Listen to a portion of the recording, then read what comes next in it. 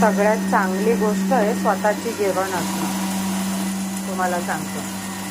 नाहीतर ना इतके चांगले गहू किंवा ज्वारी तर दळण आहे ना गिरणीवाला काढून देतो,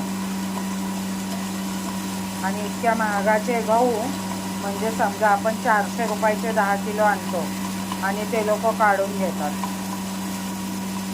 आणि मग परत दळणाचे पैसे पण द्यायचे. तर त्यामुळे गिरण फायद्याची आणि स्वच्छता सगळ्यात महत्त्वाची.